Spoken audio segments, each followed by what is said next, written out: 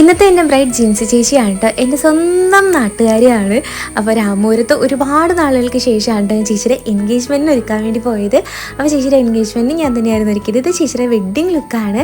അപ്പോൾ എൻഗേജ്മെൻറ്റിന് free hair style ആയിരുന്നു കേട്ടോ നമ്മൾ ചെയ്തിട്ടുണ്ടായിരുന്നത്. ചേച്ചിയുടെ കല്യാണം കോട്ടയത്ത് വെച്ചിട്ടായിരുന്നു കേട്ടോ. അപ്പോൾ ഇവിടെ നിന്ന് അത്രയും ദൂരം പോകാനുള്ളത് കൊണ്ട് തന്നെ വൺ ഹെയർ സ്റ്റൈൽ മതിയെന്ന് ചേച്ചി പ്രത്യേകം പറഞ്ഞിട്ടുണ്ടായിരുന്നു. അതുപോലെ ആൾ ഭയങ്കര സിമ്പിളാണ് കേട്ടോ. ഒരു ലിപ്സ്റ്റിക്ക് പോലും ചേച്ചി ഉപയോഗിക്കാറില്ലെന്നാണ് പറഞ്ഞത്.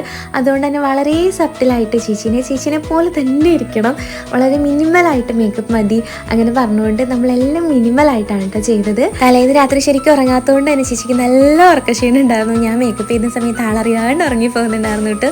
അങ്ങനെ ഫൈനലി മേക്കപ്പ് എല്ലാം കഴിഞ്ഞതിന് ശേഷമുള്ള ലുക്കാണ്.